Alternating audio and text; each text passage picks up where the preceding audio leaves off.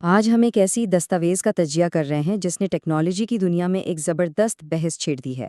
عابد علی شاہد کا مشہور مینیفیسٹو، خود مختار سسٹم آرکیٹیکٹ۔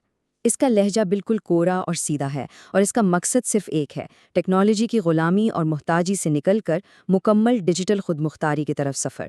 یہ محض کوئی کتابی نظریہ نہیں ہے، بلکہ موجودہ ڈیجیٹل دور میں اپنا خود مختار سسٹم تخلیق کرنے کا ایک باقاعدہ بلیو پرنٹ ہے۔ تو آئیے مل کر دیکھتے ہیں کہ اس ماسٹر پلان میں آخر کیا پوشیدہ ہے۔ اس پورے خاکے کو سمجھنے کے لیے ہم نے اسے 5 حصوں میں تقسیم کیا ہے۔ پہلا، صارف بمقابلہ معمار کی کشمکش۔ دوسرا، جیو پالیٹکس اور پوشیدہ فن تعمیر کا کھیل۔ تیسرا، خود مختار انٹیلیجنس کا تکنیکی روڈ میپ۔ چوتھا، پرائیویسی اور ہارڈ ویئر کا کنٹرول۔ اور آخر میں ویژن 2047۔ تو چلیے سیدھا پہلے حصے کی طرف بڑھتے ہیں: صارف یا کنزیومر بمقابلہ معمار یعنی آرکیٹیکٹ، اور یہ فری لانسنگ ٹریپ سے فرار کا تصور کیا ہے۔ ذرا سوچئے، آج کل انٹرنیٹ پر کیا بک رہا ہے؟ کینوا کے بنیادی tutorials, chat G P T کے پرومپٹس اور SEO، ڈیجیٹل مارکیٹنگ۔ یہ سب ایک طرف ہے، اور دوسری طرف ہے مستقبل کا اصل فن تعمیر۔ مینیفیسٹو کے مطابق یہ جو کاپی پیسٹ ڈیجیٹل مارکیٹنگ اور بنیادی سکلز کا جال ہے، دراصل ایک ٹریپ ہے۔ یہ افراد کو غیر ملکی سسٹمز کے لیے محض ایک اعلیٰ درجے کا اور سستا ملازم بنا کر رکھ دیتا ہے۔ حقیقی طاقت ان ٹولز کو محض استعمال کرنے میں بالکل نہیں ہے، بلکہ انہیں بنانے والے سسٹمز کو جڑ سے سمجھنے میں ہے۔ یہاں آ کر یہ دستاویز ایک انتہائی سخت لیکن چشم کشا بات کہتی ہے: صارفین کبھی قیادت نہیں کرتے، صرف معمار حکمرانی کرتے ہیں۔ مطلب، اگر عالمی سطح پر کوئی بھی حقیقی مقام یا قیادت حاصل کرنی ہے تو ہمیں یہ صارف بن کر رہنے کی ذہنیت کو ترک کرنا ہوگا، محض استعمال کرنے والے سے نکل کر ایک ماسٹر آرکیٹیکٹ بننا ہوگا۔ اور یہیں سے بات جوڑتی ہے ہمارے دوسرے حصے سے: جیو پالیٹکس اور پوشیدہ فن تعمیر، یعنی ڈیجیٹل دنیا میں کنٹرول کی اصل جنگ۔ اب یہ انویزیبل آرکیٹیکچر یا پوشیدہ فن تعمیر آخر بلا کیا ہے؟ یہ ان کلاؤڈ سرورز، مائکرو چپس اور کمپیوٹیشنل لاجک کی ملکیت ہے جو پوری دنیا کی ٹیکنالوجی کو چلا رہی ہیں۔ مینیفیسٹو بڑا واضح دعویٰ کرتا ہے کہ مشرق وسطیٰ، خاص طور پر فلسطین اور وسیع عرب دنیا اس جنگ میں اس لیے پیچھے ہیں کیونکہ امریکہ اور اسرائیل جیسی بیرونی طاقتیں اس پوشیدہ فن تعمیر پر مکمل کنٹرول رکھتی ہیں، اور وہ اسے باقاعدہ ایک نظامی کنٹرول کے ہتھیار کے طور پر استعمال کرتی ہیں۔ تو اس کا حل کیا بتایا گیا ہے؟ بیرونی سرورز کی طرف اس ڈیٹا کے مسلسل بہاؤ کو روکنے کے لیے ایک واضح نعرہ دیا گیا ہے: ایک صارف شکار ہے، ایک معمار دیوار ہے، ہم خود مختار ڈھال یعنی سوورن شیلڈ بنائیں گے۔ اس میں پاکستان اور مسلم امہ پر زور دیا گیا ہے کہ وہ غیر ملکی سسٹمز پر اپنا انحصار مکمل ختم کریں اور اپنی ایک ایسی ڈھال تعمیر کریں جو انہیں ڈیجیٹل جنگوں میں محفوظ رکھ سکے۔ اور اس خود مختار ڈھال کو بنانے کے لیے آتا ہے ہمارا تیسرا حصہ: خود مختار انٹیلیجنس کا ماسٹر روڈ میپ۔ وہ کون سے ٹیکنیکل ستون ہیں جن میں مہارت حاصل کرنا لازمی ہے؟ یہ کوئی عام کورس یا سلیبس نہیں ہے، اس میں 6 انتہائی جدید تکنیکی ستونوں کا ذکر ہے۔ یہ ان کٹنگ ایج ٹیکنالوجیز پر مرکوز ہے جو غیر ملکی، سینٹرلائزڈ اور اربوں ڈالر مالیت کے مہنگے سرور فارمز کی محتاج نہیں ہیں۔ آئیے تیزی سے ان ستونوں کا جائزہ لیتے ہیں۔ پہلا ہے مکسچر آف ایکسپرٹس۔ عام طور پر AI ماڈلز تمام معلومات کو ایک ہی بڑے نیورل دماغ میں پروسیس کرتے ہیں، جس کے لیے بے تحاشا کمپیوٹنگ پاور درکار ہوتی ہے۔ لیکن اس کے بجائے یہ نظام ڈیٹا کو متحرک طور پر مخصوص چھوٹے ماہرین تک بھیجتا ہے۔ پائیٹورچ یا بیاکس جیسے ٹولز میں گیٹنگ نیٹ ورکس کا استعمال کر کے اب ان بہت بڑے ماڈلز کو عام مقامی ہارڈ ویئر پر چلانا ممکن ہو گیا ہے۔ اگلا ستون ہے اسٹیٹ اسپیس ماڈلز یا MEMBA۔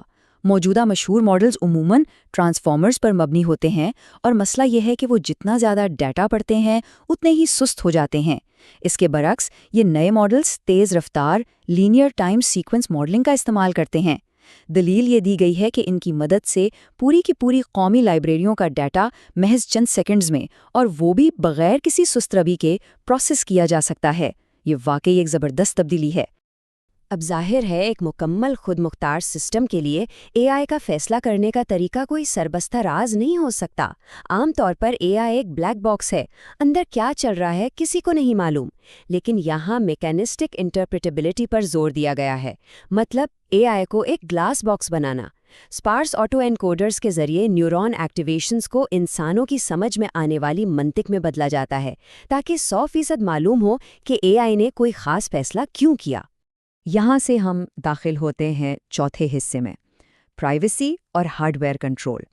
یہ صرف سافٹ ویئر کی بات نہیں، یہ سسٹم کی مکمل جسمانی ملکیت کا معاملہ ہے۔ مصنف کی جانب سے 3 حتمی ستون بیان کیے گئے ہیں۔ ان کا مقصد یہ یقینی بنانا ہے کہ اے آئی سسٹم مکمل طور پر خود مختار ہو اور وہ مقامی ڈیٹا کی پرائیویسی کو کبھی کسی بیرونی طاقت کے سامنے خطرے میں نہ ڈالے۔ اس میں پہلا تصور ڈی سینٹرلائزڈ آئیڈینٹی کا ہے۔ اس کا سیدھا سا مقصد مڈل مین یعنی درمیانی افراد کے کردار کو ختم کرنا ہے۔ زیرو نالج پروفز کو سولیڈٹی یا رسٹ میں لکھے گئے بلاک چین والیٹس کے ساتھ ضم کیا جاتا ہے۔ اس سے ہوتا کیا ہے؟ اس سے اے آئی کو اپنا ایک ذاتی کرپٹوگرافک والیٹ مل جاتا ہے اور وہ ایک آزاد معاشی حیثیت بن جاتا ہے۔ اس کے بعد باری آتی ہے فیڈریٹڈ لرننگ کی۔ اس کی بدولت ملک بھر میں موجود لاکھوں ڈیوائسز پر نجی طور پر ماڈل کی ٹریننگ کی جا سکتی ہے۔ مطلب یہ کہ اے آئی ان لاکھوں مقامی ڈیوائسز سے سیکھ تو لیتا ہے، لیکن کسی کا بھی نجی ڈیٹا کبھی سینٹرلائز سرور پر نہیں جاتا، رازداری مکمل طور پر برقرار رہتی ہے۔ اور ہارڈ ویئر کنٹرول کی آخری کڑی ہے آن ڈیوائس کوانٹائزیشن۔ یہ ایک ایسی ٹیکنیک ہے جس سے بہت بڑے اور بھاری اے آئی ماڈلز کو 4 یا 8 بٹ کی آپٹیمائزیشن کے ذریعے اتنا کمپریس کر دیا جاتا ہے کہ وہ عام لیپ ٹاپ یا فون پر چل سکیں۔ مینیفیسٹو کی بات بڑی صاف ہے، اگر آپ کا اے آئی کسی غیر ملکی کلاؤڈ پر چل رہا ہے تو آپ اس کے حقیقی مالک نہیں ہیں۔ مکمل خود مختاری کا تقاضا ہے کہ اسے آپ کے اپنے لوکل ہارڈ ویئر اور سلیکان پر چلنا چاہیے۔ یہ تمام تکنیکی اور نظریاتی باتیں مل کر ہمیں اس دستاویز کے آخری اور سب سے اہم حصے کی طرف لے جاتی ہیں، ویژن 2047، یقیناً پلان 2047۔ سورس کا حتمی دعویٰ یہ ہے کہ اگر موجودہ بڑے ماڈلز جیسے کہ جی پی ٹی یا ڈیپ سیک سے واقعی آگے نکلنا ہے تو ان 3 مختلف تہوں میں مہارت حاصل کرنا ناگزیر ہے۔ پہلا ہے نظام کا دماغ یعنی جدید اے آئی، دوسرا ہے سالمیت اور دیانتداری جو بلاک چین فراہم کرتا ہے، اور تیسرا ہے اس کا جسم جو کہ ایک ڈی سینٹرلائزڈ انفراسٹرکچر پر کھڑا ہو۔ اس کے بعد مینیفیسٹو کا اختتام ایک انتہائی سخت انتباہ پر ہوتا ہے، جاگو پاکستان، صارف کا دور ختم ہو چکا ہے، خود مختار کا دور آج سے شروع ہوتا ہے۔ یہ اس بات کا اعلان ہے کہ باہر سے کوئی مسیحا بچانے نہیں آ رہا۔ اب وقت آ گیا ہے کہ محض ٹیکنالوجی کو استعمال کرنے والی قوم کے خول سے نکل کر اسے تخلیق کرنے والے معمار بنا جائے۔ اس تمام تفصیلی جائزے کے بعد یہ بلو پرنٹ ایک بہت ہی گہرا سوال چھوڑ جاتا ہے۔ کیا واقعی یہ تکنیکی غیر روایتی اور ڈی سینٹرلائزڈ خاکہ ایک پوری آبادی کو محض ٹیکنالوجی کے صارفین سے نکال کر خود مختار معماروں میں تبدیل کر سکتا ہے؟ کیا ہم اس پر عمل کر کے مستقبل کی ڈیجیٹل جنگوں کے لیے تیار ہو سکتے ہیں؟ یہ وہ سوال ہے جس پر ہم سب کو سنجیدگی سے غور کرنا ہوگا۔ امید ہے کہ اس تجزیے سے آپ کو ان پیچیدہ تکنیکی اور نظریاتی تصورات کی تہہ تک پہنچنے میں مدد ملی ہوگی۔ سوچنے، سمجھنے اور سیکھنے کا یہ سفر کبھی رکنا نہیں چاہیے۔